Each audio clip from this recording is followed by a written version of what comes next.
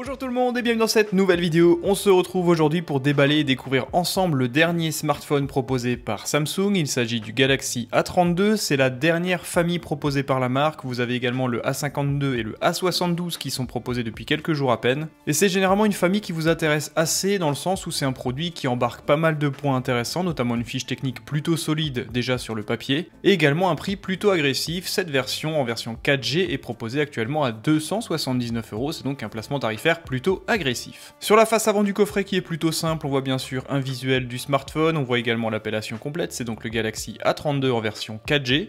Et bien sûr sur la tranche du coffret on voit quelques informations techniques, mais tout ça j'y reviens lors du déballage. A l'ouverture du coffret, comme c'est la mode aujourd'hui, on ne tombe pas directement sur le smartphone, celui-ci se trouve directement protégé sous une pochette en carton. Dans cette pochette, on retrouvera simplement un guide d'utilisateur et également un document lié à la garantie de ce smartphone. Il n'y a pas de coque de protection fournie dans cette version. Une fois qu'on a retiré la pochette en carton, on tombe directement sur le smartphone, je vais y revenir juste après. Concernant les accessoires, vous aurez droit à des écouteurs qui ne sont pas intra-auriculaires, c'est plutôt bas de gamme en termes de qualité, ils sont régulièrement présents sur les smartphones entrée et milieu de gamme chez Samsung. Et ces écouteurs sont compatibles mini jack 3.5, ce smartphone embarque toujours une prise mini jack 3.5, en 2021 ça devient plutôt rare. Vous retrouverez également un câble de chargement plutôt court USB-A vers USB type C. Et enfin pour finir avec les accessoires fournis avec ce Samsung Galaxy A32, on retrouvera simplement un bloc chargeur mural, pas forcément très performant, celui-ci offre une puissance maximum de 15 watts. Alors ça n'est pas dramatique pour un smartphone vendu moins de 300 €, même si la concurrence chinoise est plutôt solide sur ce segment-là. Quoi qu'il en soit, il faudra se limiter aux 15 watts maximum et le smartphone embarque une énorme batterie de 5000 mAh, du coup il faudra être plutôt patient pour le rechargement de 0 à 100%. Et bien sûr, l'outil indispensable au fond du coffret, on retrouve l'épingle pour extraire le tiroir nano SIM dans lequel on peut mettre 2 cartes nano SIM plus une carte micro SD allant jusqu'à 1 Tera.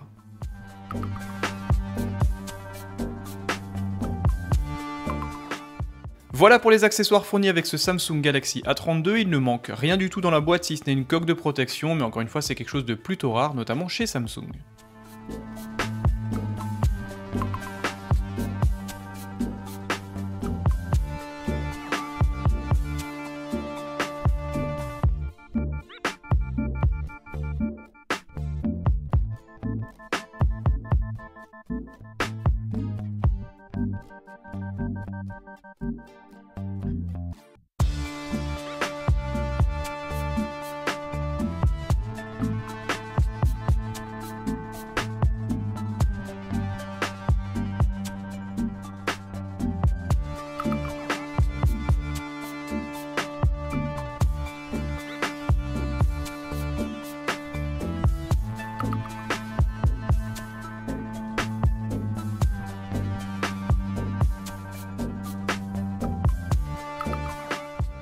Et voici le Samsung Galaxy A32 proposé depuis quelques jours en France par Samsung. Celui-ci est commercialisé à 279 € dans sa version 4G. Il y a une autre version à 329 € en version compatible 5G, mais qui est beaucoup moins intéressante. Je vais vous en parler juste après.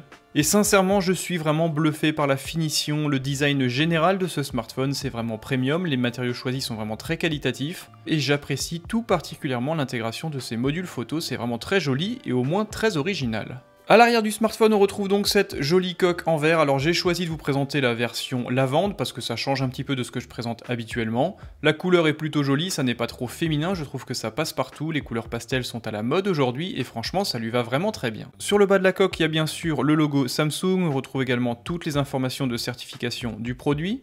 Et dans le coin supérieur du smartphone, on retrouve bien sûr ces 4 capteurs photo ainsi qu'un flash LED et je suis vraiment convaincu par l'intégration et le design général de ces modules.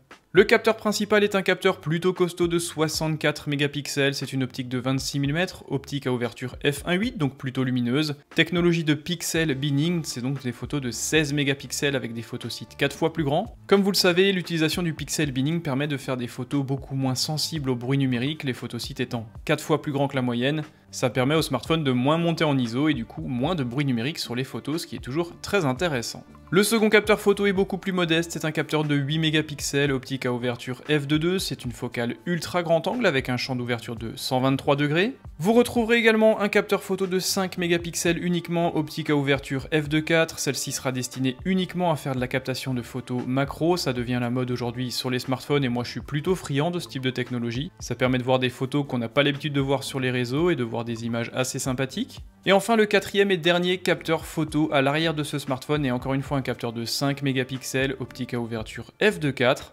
Et c'est bien évidemment un capteur de profondeur de champ pour détourer le sujet du fond de la photo et simuler un petit peu une photo réalisée avec un capteur plein format et une optique grande ouverture sur un appareil photo réflexe par exemple. Et bien évidemment pour compléter l'intégration on retrouve également un flash LED bien intégré. Concernant la captation vidéo, bien évidemment pas de 4K à 60 images secondes sur ce smartphone, il est limité à du Full HD 1080p à 30 images secondes et du slow motion à 120 images par seconde. Sur la tranche du smartphone, on retrouve comme d'habitude le bouton de contrôle du volume plus et moins, on retrouve également le bouton de démarrage du smartphone qui est bien intégré. Sur la tranche inférieure, on retrouve la grille pour le haut-parleur, il n'y a pas de haut-parleur stéréo, il n'y a qu'un seul haut-parleur sur cette version, on retrouve également la connexion USB Type C 2.0, le microphone extérieur et bien évidemment la prise mini jack 3.5, chose plutôt rare en 2021. Et sur la tranche opposée, il n'y a ni bouton ni interaction, pas de bouton Bixby, on retrouve simplement le tiroir nano SIM dans lequel on peut mettre 2 cartes nano SIM plus une carte micro SD allant jusqu'à 1 Tera. Concernant la tranche supérieure, il y a simplement un microphone extérieur, il n'y a pas de port infrarouge sur cette version. Sur la face avant du smartphone, on retrouve bien évidemment la pièce maîtresse, un superbe écran de 6,4 pouces, technologie Super AMOLED, définition Full HD+, avec une densité de 410 pixels par pouce, c'est largement suffisant. Quel plaisir de retrouver une belle dalle AMOLED sur ce segment tarifaire, ça permet d'avoir des couleurs vraiment agréables, une très belle colorimétrie, des contrastes saisissants, des noirs très profonds, également une belle économie d'énergie, notamment dans l'affichage des noirs justement, donc c'est vraiment un point fort niveau affichage. Et cet écran est protégé par un traitement Gorilla Glass de niveau 5, comme la coque arrière. Et l'autre point fort de cet écran, en plus d'avoir une belle protection, c'est de proposer un taux de rafraîchissement à 90 Hz, qui est encore une fois plutôt rare sur ce segment tarifaire. Chose qui se fait de plus en plus rare aujourd'hui, il n'y a pas de poinçon sur cet écran, c'est encore un écran Infinity U avec cette encoche en forme de goutte d'eau. Dans cette encoche, on retrouve un capteur photo frontal de 20 mégapixels, optique à ouverture f2.2, qui donne des résultats plutôt satisfaisants encore une fois pour le segment tarifaire. Niveau performance, ce smartphone étant un smartphone entrée milieu de gamme, il est proposé avec un processeur Mediatek Helio G80, un GPU Mali G52, 4 Go de RAM et 128 Go d'espace de stockage pour la version présentée ici. Vous avez bien sûr la possibilité de mettre une carte micro SD comme j'ai dit juste avant, allant jusqu'à 1 Tera, ce qui est plutôt intéressant. Je viens de finaliser le démarrage de ce Samsung Galaxy A32 et comme toujours chez Samsung, c'est d'une longueur incroyable, ça a pris quasiment 15 minutes, c'est vraiment très long. Alors autant One UI est une superbe surcouche, autant en termes d'optimisation de démarrage chez Samsung, c'est toujours catastrophique, peu importe le prix que vous mettez. Pour mon Galaxy Z Fold 2, c'était pareil, c'est vraiment le smartphone le plus long en termes de paramétrage et de démarrage. Vous avez systématiquement ce petit cercle bleu qui tourne avec marqué un instant. C'est vraiment très embêtant et surtout très long en termes de paramétrage. Bref, une fois qu'on a passé un petit peu ces détails embêtants chez Samsung, on tombe bien sûr sur l'interface, sur couche One UI en version 3.0, ce smartphone tourne nativement sur Android en version 11, on se rend compte directement de la qualité de l'écran, alors sans être incroyable pour un produit vendu 279 €, ça reste plutôt bon en termes d'affichage. Le taux d'optimisation de la face avant par contre n'est pas extraordinaire, le menton est vraiment énorme, on n'a plus l'habitude de voir ça en 2021.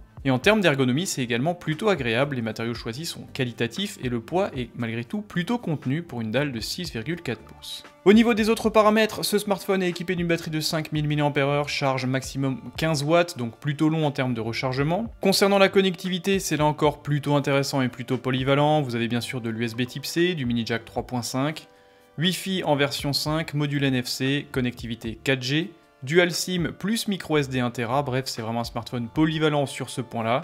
Le lecteur d'empreintes sur la version 4G n'est pas physique mais il est directement dématérialisé et intégré sur la dalle OLED, ça fonctionne plutôt bien, c'est aujourd'hui une technologie qui est bien sûr maîtrisée. Et concernant les points négatifs, on peut simplement regretter l'absence d'une certification d'étanchéité, que ce soit IP67 ou IP68. Il n'y a pas non plus de possibilité de faire de la recharge sans fil, et bien sûr, il n'y a pas de haut-parleur stéréo, on retrouve simplement un haut-parleur mono sur la tranche inférieure. Encore une fois, ça n'est pas dramatique sur ce segment tarifaire. Voilà pour la présentation et le déballage rapide de ce Samsung Galaxy A32 en version 4G proposé actuellement à 279 € sur la plupart des sites internet en France, dans les commerces en France également, Fnac, Darty, etc. Je vous conseille sincèrement, si vous souhaitez changer de smartphone, de partir sur la version 4G et non la version compatible 5G vendue quant à elle 329 €. En effet, c'est assez surprenant, mais sachez que si vous partez sur une version compatible 5G par rapport à la version que je vous présente là, vous n'aurez plus un écran Full HD+, mais un écran HD+, simplement. Vous n'aurez pas droit non plus à un taux de rafraîchissement à 90 Hz comme cette version, mais un écran à 60 Hz uniquement. Vous allez également perdre le capteur de 64 mégapixels que je vous ai présenté ici, versus un capteur de 48 mégapixels uniquement. Le lecteur d'empreinte également ne sera pas un lecteur d'empreinte intégré sous la dalle AMOLED comme cette version, mais ce sera un lecteur intégré sur le bouton latéral, alors ça, franchement, ça ne me dérange pas plus que ça. Et la dernière concession que vous allez devoir faire si vous souhaitez plutôt partir sur une version compatible 5G, vous allez passer d'un capteur de 20 mégapixels à un capteur de 13 mégapixels seulement pour le capteur frontal. Pour gagner un petit peu de vitesse de chargement et un réseau un petit peu plus fluide, franchement ça ne vaut absolument pas le coup. Économisez de l'argent, partez sur cette version à 279 €, vous aurez un smartphone beaucoup plus performant, beaucoup plus complet et beaucoup plus polyvalent. Aujourd'hui, l'intérêt de la 5G reste limité, surtout sur ce segment tarifaire. Tenez-moi au courant dans les commentaires de ce que vous pensez de cette version. Je vais également essayer de vous présenter le A52 et le A72, donc dites-moi dans les commentaires si ça vous intéresse ce type de smartphone. N'hésitez pas à me rejoindre sur mon compte Twitter et sur mon compte Instagram, j'ai sincèrement besoin de vous, que vous soyez plus nombreux sur mon compte Instagram. En effet, on est quasiment 30 000 sur YouTube et on est environ 900 ou 950 sur Instagram. Et pour que les marques m'autorisent à accéder à leurs services, à leurs smartphones et pour que je puisse continuer à vous faire des belles vidéos, j'ai vraiment besoin de votre soutien sur ces réseaux-là. C'est vraiment aujourd'hui ce qui fait poids auprès des constructeurs pour avoir des smartphones. D'autant plus que j'y publie pas mal d'informations, j'y publie des photos, des nouvelles, je publie également les photos faites et les vidéos faites avec mes smartphones, je fais pas mal de concours également, donc je vous invite à m'y rejoindre, ça ne prend que quelques secondes, c'est gratuit et moi ça me fait plaisir et ça m'apporte beaucoup de soutien. Et bien sûr, vous pouvez, si ça vous fait plaisir, me suivre sur YouTube, encore une fois c'est très rapide, gratuit et ça me fait plaisir et ça m'apporte plein de soutien pour mon projet. Merci en tout cas d'être toujours plus nombreux, on se retrouve bien sûr très prochainement pour d'autres vidéos très intéressantes. Prenez soin de vous et je vous souhaite une excellente journée, à très bientôt.